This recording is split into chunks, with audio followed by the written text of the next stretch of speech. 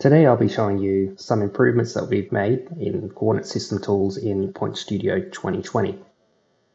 One such improvement is supporting new coordinate systems such as GDA 2020.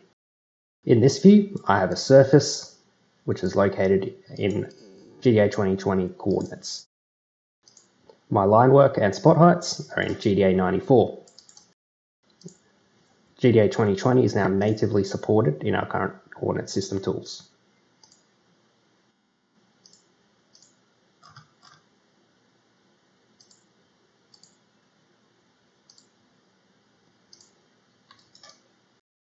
Another improvement is the way that the transforms are actually performed.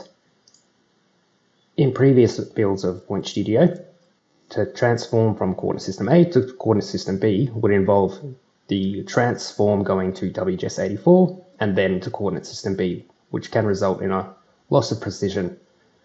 PointStudio 2020 now allows direct transforms from one coordinate system to another.